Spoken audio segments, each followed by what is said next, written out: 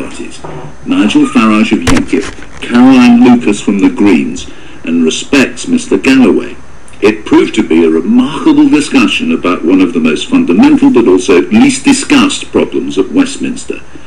First, however, I asked the YouGov pollster Peter Kellner to put the subject into its context and describe how our political parties have evolved since World War II. In my lifetime, there have been two big changes. The first is, if you go back to when I was growing up in the 1950s, something like 97-98% of all voters in general elections voted Labour or Conservative, and a great many of them felt very strongly there was a strong partisanship on one side or the other. British politics was very much a two-party system. Now, the two things that have happened since then are, firstly, that in more recent general elections, the number of people voting for other parties has gone up very sharply. The Liberal Democrats we know about, the Nationalists in Scotland and Wales, and then in some seats, like Caroline Lucas winning Brighton for the Greens, George Galloway in Bethnal Green and Bow, and then more recently in Bradford winning seats, we had Martin Bell, we had the Dr Taylor in Kidderminster. Though apart from those small exceptions, parties have not made big breakthroughs. There is not a big green contingent at Westminster, as there is, for example, in Germany, even though levels of support are probably fairly similar for the two parties. But the second thing that's happened is that we have now quite a few proportional elections in Scotland, in Wales, in London, for the European Parliament. And in those cases, the traditionally smaller parties, such as the Greens, such as the UK Independence Party, are able to win seats, and therefore they tend to attract more votes from people who at a general election would regard a Green vote or a UKIP vote as a wasted vote.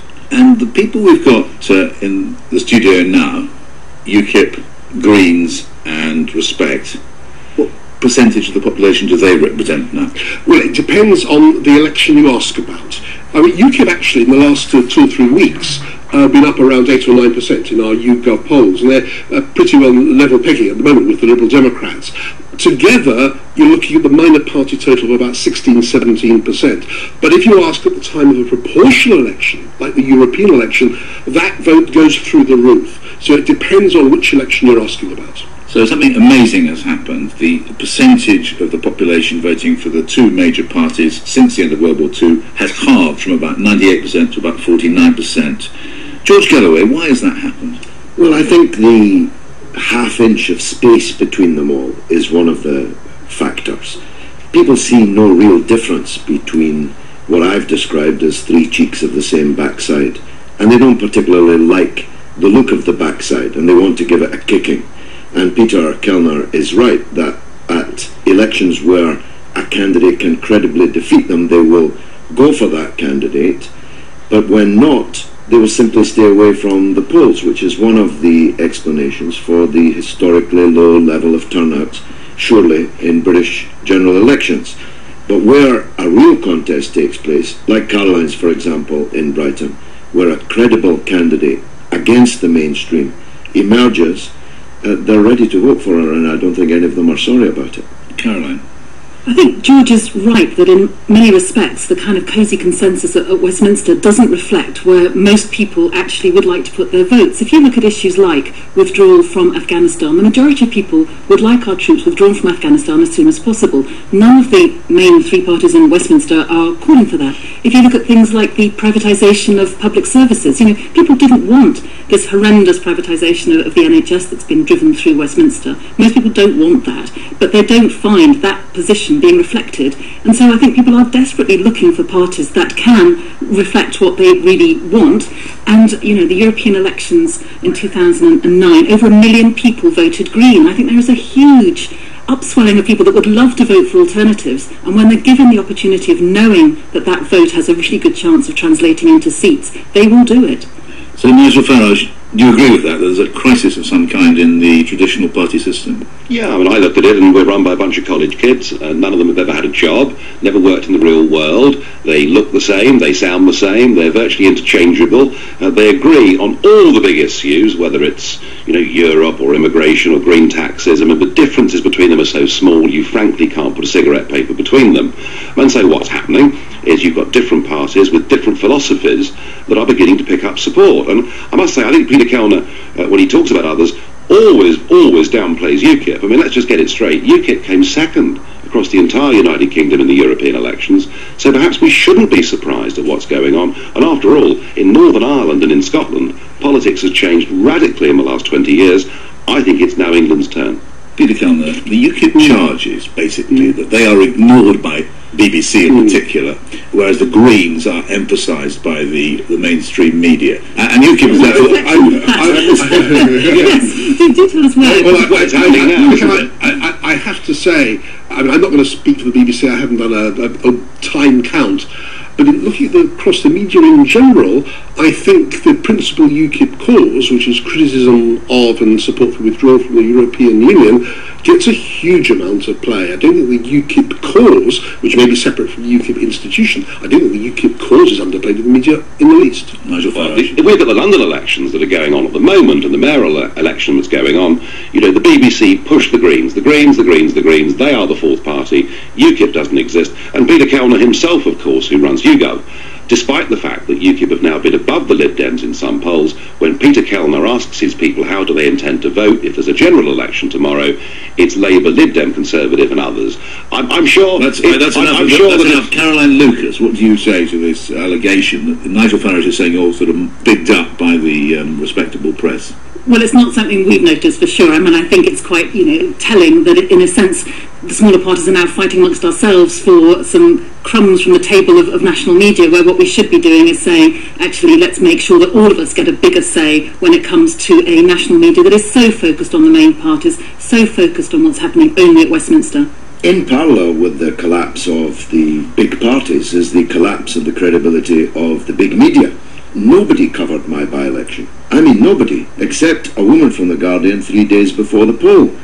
Our media was social media, was Twitter, was text, was Facebook, was YouTube, and that's more and more a feature. I can, at the touch of a button, speak to hundreds of thousands of people via Twitter and Facebook. I have 150,000 followers on both. So I actually don't need the mainstream media, and our election campaign was built entirely outside of the Westminster bubble. Caroline Lucas, you're very effective in articulating issues that which don't get onto the media, which aren't reflected by the main parties maybe, but the fact is, at the end of the day, you are just protest parties, aren't you? When it comes to a general election, it's going to be Labour or Conservative or a mixture of the main three. Well, look what's happening in those countries that have a proportional election system. You've had Greens in government in many, many European countries, as well as in parliaments, of course. And I think we need two things. First of all, a properly proportional system so that people's views can be represented in the political system, but also state funding for political parties, because, the smaller parties are literally having to, certainly speaking for the Greens, we're funded entirely by our members. That means that we're running campaigns literally on tens of thousands of pounds at most. We need a much fairer way of enabling everybody to be able to vote for what they believe in. Right now, we don't have that possibility in this country. George Galloway. We need both those things, but we're not going to get either. And no one has an appetite in Britain for the taxpayer giving money to political parties. Neither are we going to get, especially after the way the Lib Dems disastrously handled their card over proportional representation, leading the alternative vote referendum to a ruinous disaster. We're not going to get either of these things. So we will either have business as usual, with a continuing seeping away of the credibility of the political class, of the mainstream political class, or we'll get a breakthrough. Now, I think, the bookies think, I'll hold on to the seat I won with a 10,000 majority last time. That would be a first, I think. Peter will tell me if I'm wrong. Certainly a first for a left-wing party.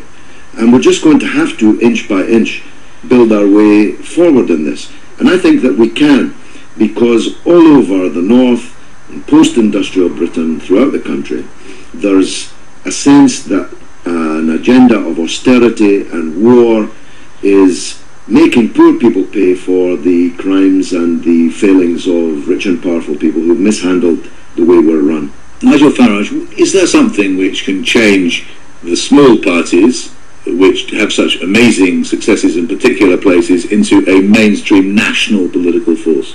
I believe it can happen. As I said earlier, we've seen the SNP go from nothing to being the biggest party in Scotland. We've seen Dr Paisley's party go from the back streets to being the biggest party in Northern Ireland. So it's happened across the United Kingdom, and I think it can happen in England. But the key is this: are people just going to vote for the three parties we're talking about today as a protest, or are they going to begin to see voting for different parties as voting for radical policy solutions? And if we start to get particularly younger people in big numbers saying, hey, the old guard offer me nothing, here's a party that really represents what I would love to see a British government doing, that I think is the key. It is turning that negative vote to begin with into a positive vote, and if that happens, the landscape will change very quickly indeed. Can I just say, Peter, I think the precedent of Scotland and Northern Ireland that Nigel Farage prays in aid, I don't think works, because essentially these are single-issue insurgents for independence in Scotland and the particular form of sectarian politics, which we all recall from Northern Ireland. And I'm not going to say whether it's right or wrong, there should be a breakthrough. I am saying that as long as we keep the first past the post system of Westminster, and I think George Galloway is right, and that we will for the foreseeable future, you need something like a national nervous breakdown to break the two-party duopoly. So the real question is, are we predicting such a big national nervous breakdown? I don't see it. But the point is this, that I think the people that are turning to UKIP are not just turning to UKIP on Europe, they're seeing the fact that the party has a broad range of policies. We're not single-issue obsessives, we're offering a real political alternative. Nigel, I'm not willing to bet against George Galloway keeping his seat. I'm willing to bet with you, Nigel, that UKIP will still have no MPs after the next general election. Well, you know, we've got European elections coming up, we've got a whole range of district and county council elections coming up, and I think big change is coming. So hang on, you'd accept that bet, Nigel Farage? Nigel, a tenner. A tenner? Well, I'm happy to have Pounds, a tenner. not euros. But all right, £10. But I'm also quite keen to have a bet with Peter on the outcome of the next European election, if you'd like to do that. Now, Caroline Lucas. I want to go back to your prediction of whether or not we're going to have a national nervous breakdown.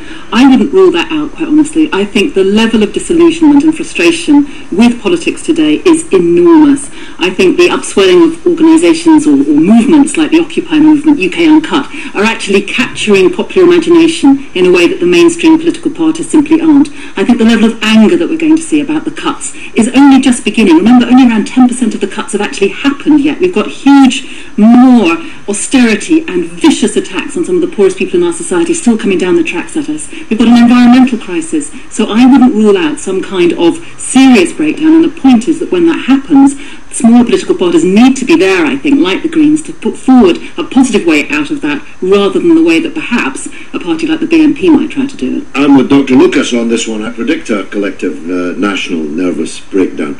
I think that the level of discontent touches upon hatred, and I discovered that everywhere I went in Bradford, a hatred of the mainstream leaders.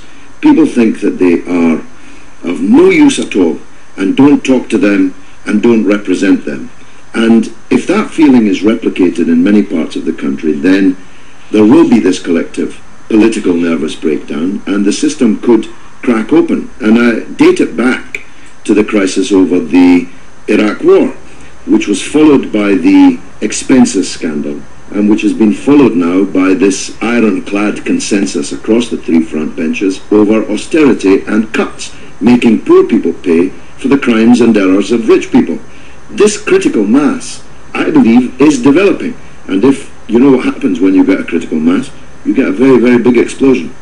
George Galloway, Nigel Farage and Caroline Lucas, all in discussion with Peter Kellner. And that talk of a national nervous breakdown